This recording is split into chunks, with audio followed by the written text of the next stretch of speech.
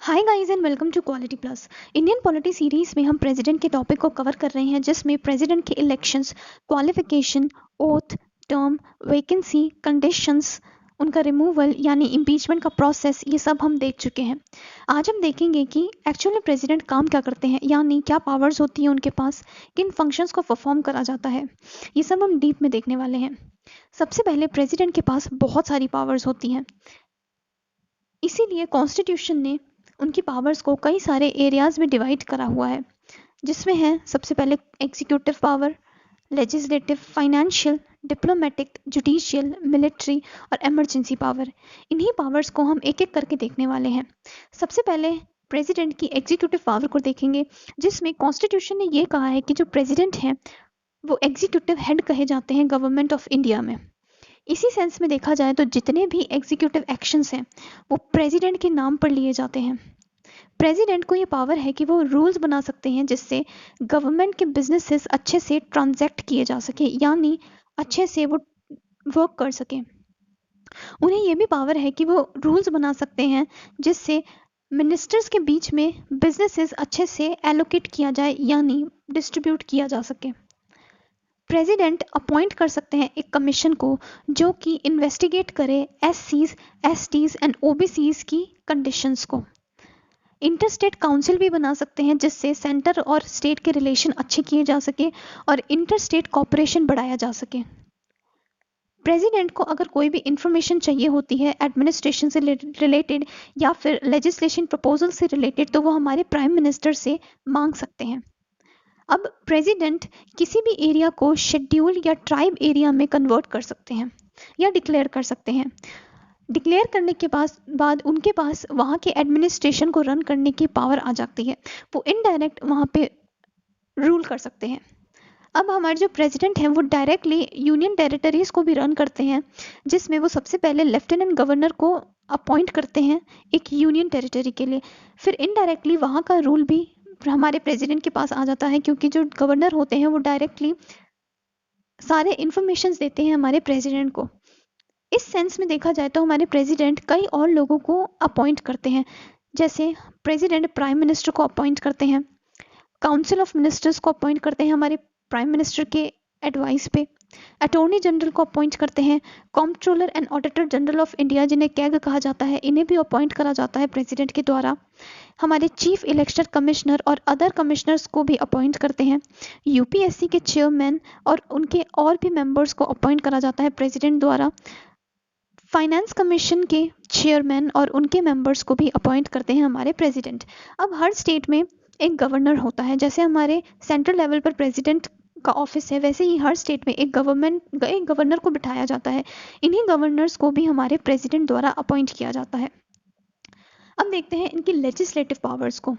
Actual में जो हमारे प्रेसिडेंट हैं वो इंटीग्रल पार्ट माने जाते हैं पार्लियामेंट के, यानी हमारी जो पार्लियामेंट है वो 3 पार्ट से बनी है, जिसमें है राज्यसभा, लोकसभा और प्रेसिडेंट। प्रेसिडेंट के बिना हमारी पार्लियामेंट अधूरी है, क्योंकि कोई भी बिल पास होता है दोनों हाउसेस से तो वो तभी एक्ट बन सकता है जब तक हमारे प्रेसिडेंट उस पर एसेंट या अपनी मंजूरी ना दे। इसी सेंस में हमारे प्रेसिडेंट के पास कई सारी लेजिस्लेटिव पावर्स होती हैं, जिसमें सबसे पहली है कि वो समन कर सकते हैं और प्रोरोग कर सकते हैं पार्लियामेंट को, यानी बुला सकते हैं और स्थगित कर सकते हैं पार्लियामेंट को। लोकसभा का टर्म पूरा होने से पहले डिसॉल्व कर सकते हैं लोकसभा को। जॉइंट सिटिंग बुला सकते हैं, यानी कोई भी बिल है जिस पे दोनों हाउसेस की मंजूरी नहीं हो पा रही है, तो इस केस में हमारे प्रेसिडेंट जॉइंट सिटिंग बुला सकते हैं दोनों हाउसेस की, और जिसको हेड करते हैं हमारे लोकसभा के स्पीकर। हर जनरल इलेक्शन के बाद जो भी फर्स्ट सेशन होता है पार्लियामेंट का, उसको एड्रेस करते हैं हमारे प्रेसिडेंट। ऐसे ही वो हर साल करते हैं। हर साल में जो पहला सेशन बैठता है, यानी पहली मीटिंग बैठती है पार्लियामेंट की, उसको भी एड्रेस किया जाता है हमारे प्रेसिडेंट द्वारा। अब जितने भी पेंडिंग बिल्स रखे हुए रहते हैं हमारे पार्लियामेंट में, उनके रिगार्डिंग वो वहाँ के मेंबर्स को या दोनों हाउसेस को मैसेज भेज सकते हैं या उन्हें याद दिला सकते हैं कि इन पेंडिंग बिल्स पे भी आपको काम करना है।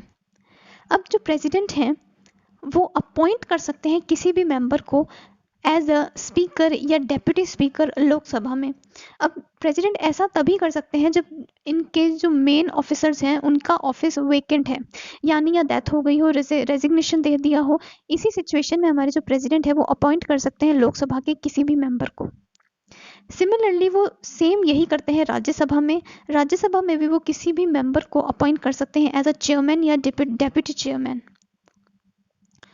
प्रेसिडेंट राज्यसभा के 12 मेंबर्स को नॉमिनेट करते हैं जिन्हें स्पेशल नॉलेज होती है आर्ट, साइंस, लिटरेचर और सोशल सर्विस के अंदर।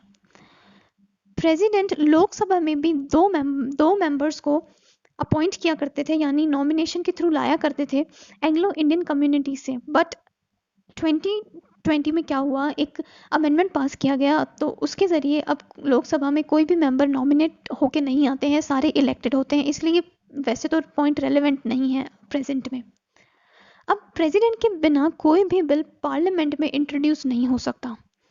ये बिल्स हैं जैसे मनी बिल हो गया, ठीक है, किसी स्टेट की बाउंड्रीज चेंज करनी है उससे रिलेटेड कोई बिल हो गया, कोई नया स्टेट बनाना है इससे रिलेटेड, ऐसे जो बिल्स होते हैं वो प्रेसिडेंट की मंजूरी के बिना पार्लियामेंट में नहीं रखे जा सकते हैं। जब भी पार्लियामेंट सेशन में नहीं है, यानी हमारी पार्लियामेंट के दोनों हाउसेस मीटिंग नहीं कर रहे हैं, उस टाइम पर प्रेसिडेंट के पास पावर होती है कि वो प्रमलगेट कर सकते हैं एक ऑर्डिनेंस को। ये भी एक टाइप का बिल होता है जिसे इमरजेंसी बिल कहा जा सकता है। उन्हें ये पावर है कि वो प्रमलगेट कर सकते हैं इस ऑर्डिनेंस को। कोई भी बिल एक्ट नहीं बन सकता है प्रेसिडेंट की मंजूरी के बिना, यानी एक बिल को पास करने के लिए प्रेसिडेंट के साइन जरूरी होने चाहिए उस बिल पे, तभी वो एक्ट बन सकता है, तभी वो वर्किंग में आ सकता है, अदरवाइज वो वर्क नहीं कर सकता है। सेकंड है कि जो हमारे प्रेसिडेंट हैं वो सबमिट करते हैं कैग की रिपोर्ट को यूपीएससी और फाइनेंस कमीशन और भी बहुत सारी जितनी भी कमिटीज़ होती हैं उनकी रिपोर्ट को पार्लियामेंट के आगे प्रेजेंट करने का काम हमारे प्रेसिडेंट का होता है। प्रेसिडेंट रेगुलेट कर सकते हैं यूनियन टेरिटरी में पीस और गुड गवर्नमेंट को। ये सारे काम उनके लेजिस्लेटिव पावर से रिलेटेड होते हैं। अब प्रेसिडेंट की फाइनेंशियल पावर को देखते हैं, जिसमें जो प्रेसिडेंट हैं उनकी रिकमेंडेशन के बिना कोई भी मनी बिल पार्लियामेंट में इंट्रोड्यूस नहीं किया जा सकता है, यानी मनी बिल के लिए प्रेसिडेंट की मंजूरी ज़रूरी है। और हर 5 साल बाद हमारे जो प्रेसिडेंट है वो फाइनेंस कमीशन को अपॉइंट करते हैं, जो बताता है कि सेंटर और स्टेट के बीच में कितना रेवेन्यू डिस्ट्रीब्यूट किया जाना चाहिए। अब जो प्रेसिडेंट हैं वो जो इंडिया का जो कॉन्टीजेंसी फंड है उसमें से एक्सपेंसेस निकाल सकते हैं इमरजेंसी सिचुएशंस में, प्रेसिडेंट के पास ये पावर होती है। No demand for grant can't make except president's recommendation, यानी कोई भी कमिटी या कोई भी कमीशन प्रेसिडेंट की रिकमेंडेशन के बिना इस कॉन्टीजेंसी फंड से पैसा नहीं निकाल सकता है, यानी प्रेसिडेंट की परमिशन की रिक्वायरमेंट होती है उन कमीशंस को। अब जुडिशियल पावर में प्रेसिडेंट एडवाइस ले सकते हैं सुप्रीम कोर्ट पे किसी भी क्वेश्चन पे, चाहे वो लॉ से रिलेटेड हो या अदर क्वेश्चंस हो, वो सुप्रीम कोर्ट की एडवाइस ले सकते हैं। बट प्रेसिडेंट पर वो एडवाइस बाइंडिंग नहीं होगी, मतलब ज़रूरी नहीं होगी कि प्रेसिडेंट उस एडवाइस को फॉलो ही करें। प्रेसिडेंट चाहे तो कर सकते हैं, ना चाहे तो उसको इग्नोर भी कर सकते हैं। प्रेसिडेंट के पास पार्डनिंग पावर होती है, यानी क्षमा करने की पावर होती है किसी भी पर्सन को जिसने क्राइम किया है, वो किसी भी पर्सन को माफ़ कर सकते हैं किसी भी क्राइम के लिए। हमारे प्रेसिडेंट अपॉइंट करते हैं चीफ जस्टिस ऑफ इंडिया को, सुप्रीम कोर्ट के जजेस को, chief justice of high courts को और हाई कोर्ट के जजेस को। इन सबको अपॉइंट करने की पावर होती है हमारे प्रेसिडेंट के पास। अब डिप्लोमेटिक पावर के अंदर प्रेसिडेंट इंटरनेशनल फोरम में इंडिया को रिप्रेजेंट करते हैं। जितनी भी ट्रीटीज़ या एग्रीमेंट्स इंटरनेशनल लेवल पर किए जाते हैं वो प्रेसिडेंट के बिहाफ पर होते हैं, यानी वो लोग ट्रीटी करते हैं, हमारी गवर्नमेंट ट्रीटी करती है तो ऐसा माना जाता है कि हमारे प्रेसिडेंट के साइन ज़रूरी हैं। जितने भी ambassadors, high commissioners, foreign ministers India से बाहर भेजे जाते हैं या जितने भी आते हैं इंडिया के अंदर, उन सब की देख रेख या उन सब पे नज़र रखते हैं हमारे प्रेसिडेंट। ये प्रेसिडेंट की डिप्लोमेटिक पावर्स होती हैं। मिलिट्री पावर के अंदर प्रेसिडेंट को सुप्रीम कमांडर कहा जाता है सारी डिफेंस फोर्सेस का, चाहे वो आर्मी है, नेवी है, एयरफोर्स, इन सब के सुप्रीम कमांडर होते हैं हमारे प्रेसिडेंट, यानी हेड कहे जाते हैं हमारी आर्मी के। इसी सेंस में हमारे प्रेसिडेंट अपॉइंट करते हैं chief of army, navy and air force, इन सब के चीफ्स को अपॉइंट करने का काम प्रेसिडेंट के पास होता है। प्रेसिडेंट कभी भी किसी भी वॉर को डिक्लेयर कर सकते हैं या कंक्लूड कर सकते हैं एक वॉर को, यानी पीस दे सकते हैं पार्लियामेंट के अप्रूवल के द्वारा। ये सारी प्रेसिडेंट की मिलिट्री पावर्स होती हैं। अब इमरजेंसी पावर्स के अंदर इंडियन कॉन्स्टिट्यूशन ने प्रेसिडेंट को कुछ एक्स्ट्रा ऑर्डिनरी पावर दी गई हैं जो किसी के पास नहीं है इंडियन गवर्नमेंट में। उन्हें ये पावर इसलिए दी गई हैं ताकि वो डील कर सके इमरजेंसी सिचुएशंस को, जैसे कि नेशनल इमरजेंसी हो जाती है या फाइनेंशियल इमरजेंसी हो जाती है या किसी स्टेट में जो गवर्नमेंट है वो कोलैप्स हो जाती है तो वहाँ पे प्रेसिडेंट रूल लगाना पड़ता है। इन सभी इमरजेंसी कंडीशंस में हमारे जो प्रेसिडेंट है वो डायरेक्ट रूल करते हैं उस स्टेट पे या फिर ऐसी सिचुएशंस में। इसीलिए कॉन्स्टिट्यूशन ने उन्हें एक्स्ट्रा पावर का दर्जा दिया है इंडियन गवर्नमेंट के अंदर। अब इन लेक्चर्स की पीडीएफ चाहिए तो आप टेलीग्राम पर जाकर क्वालिटी प्लस नाम से ग्रुप है, इसको सर्च करके यहाँ ज्वाइन कर सकते हैं। यहाँ पे आपको सारे लेक्चर्स की पीडीएफ अवेलेबल हो जाती है। यहाँ से आप इसको फ्री में डाउनलोड कर सकते हैं। और आपकी कोई क्वेरीज है तो आप इंस्टाग्राम के थ्रू पूछ सकते हैं अपने सब्जेक्ट से रिलेटेड। अब कॉन्स्टिट्यूशन ने ना कुछ स्पेशल पावर्स भी दी है प्रेसिडेंट को। यही स्पेशल पावर्स हम नेक्स्ट पार्ट में कवर करेंगे। क्या है स्पेशल पावर, कितनी है, कैसे परफॉर्म करते हैं हमारे प्रेसिडेंट इन स्पेशल पावर्स को, इन सबको हम डिटेल में देखने वाले हैं आने वाले लेक्चर्स में। मिलते हैं नेक्स्ट पार्ट में।